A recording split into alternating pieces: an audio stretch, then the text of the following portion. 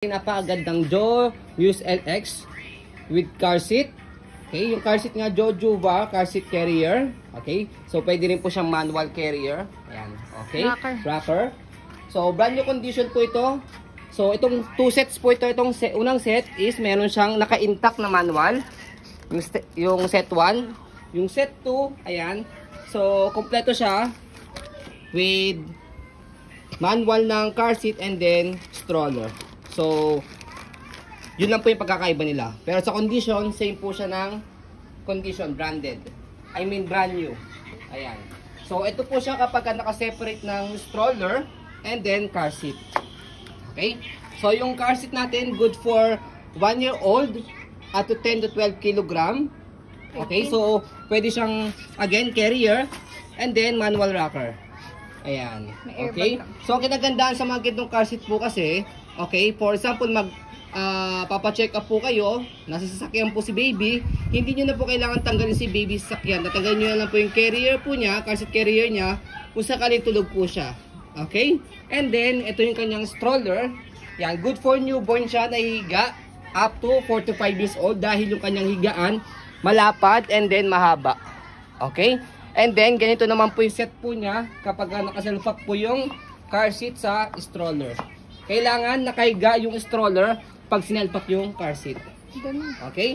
So, sa pag-demo po nito, turo po natin, regarding naman sa kanyang condition, brand new naman po siya, walang problema. Ayan. So, yung faded sa canopy, wala po siyang faded, wala po siyang discoloration. Ayan po yung color niya. Same po silang dalawa. Ito yung peekaboo. Ang kinagandaan pa po sa kanya, meron siyang lagayan ng tumbler. Okay? Yung food po dito ni parents or ni baby. And then meron din po dito yung kanyang front handle. So para tanggalin po ito, sa gilid meron, left and right. And then angat. Okay? So next natin yung kanyang higaan. Ayan, ganyan po siya kapag nakaupo. May tatlong butas for newborn, toddler, and kids. Depende po sa adjustment po ninyo. And then leg rest. Pwede nyo po ibaba pag nakaupo. Pagka nakahiga, angat nyo lang po siya para mas mahaba po. Betlock, wala po siyang putol. Safe na safe si baby. Okay? Ayan, yung gulong, para makita po ninyo na brand new condition siya. Ayan. Ayan. So, easy to maneuver, nag-swivel. Kung gusto nyo pong one way lang siya, okay, sa mga ibang parents po na hindi alam, pwede nyo po itong itaas.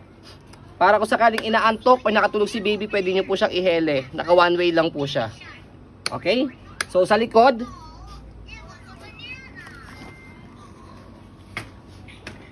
yan yung likod niya. Unahin natin yung kanyang gulong. Kitang-kita naman po, hindi siya gamit. Stopper, isang tapak lang po dito. Ayan. Basket, malaki yung basket, marami kayong pwede mailagay. Ayan, basket. So, sa likod, dito siya pinipress. Ito.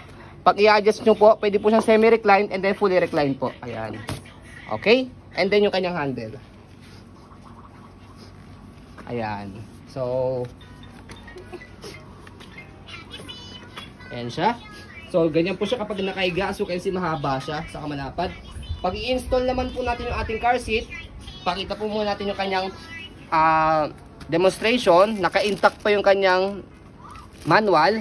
Press natin po ito. Ayan, wala po siyang putol. Ayan. So, sa pag-adjust po nitong pinaka-harness po niya, so, dito sa loob, pe-press nyo po itong steel na to. Okay, wait lang. And then, hatakin nyo po ito. Ayan. Para mag-loose. Ayan. Okay? Ayan. Okay? And then, para sikipan po yung harness, hatakin nyo lang po ito. Ayan. Okay? So, pwede nyo po itong idikit. Di-strap siya dito. May bilog siya rito. Para hindi siya masyado mahaba. Ayan. Okay? So, ito yung kanyang headrest. And then, yung handle po niya, pagbubuhatin. Yung ilalim, para makita po ninyo. Bagong-bago siya. So, kapag i-install po siya sa stroller, pe-press nyo po ito. So, yung hook niya, kailangan mag-lock dito. Okay. Okay? So, wala mo na kayo ibang pipindutin kapag isasalpak po yung car seat. Ayan. Mag-automatic lock po yan. Kapag naman po tatanggalin po ninyo yung kanyang car seat, sa kanya po pipress po ito. Press and then angat. Ganun lang po siya kadali. Okay? And then next, ito po yung kabila. Same din po siya. Tanggalin natin. Ayan. So same din po siya ng condition, brand new condition, manual. Okay? And then yung stroller. Ayan, okay na okay po. Gulong. Ayan, okay, gulong. Andiyan pa, may plastic pa siya na naiwan. And then, para sure, walang putol belt lock. Ayan. Canopy. Ayan, walang faded, walang discoloration. Basket, yung lagay niya rito. Gulong sa likod. Stopper. And basket, stopper, santapak. Okay, workings. Handle. Okay, and then next procedure natin kung paano po siya i-fold. So, sa pag-fold po sa kanya, sa handle may makikita kayo dito slide and press. Kasi kapag hindi nyo yung slide po ito, nakalock siya. Okay, slide, press, and then tiklopin nyo po paharap. Make it sure bago nyo po tiklopin, baba nyo muna yung leg rest dito. Ayan. Slide, press, pull, paharap. Okay, and then lock sa gilid.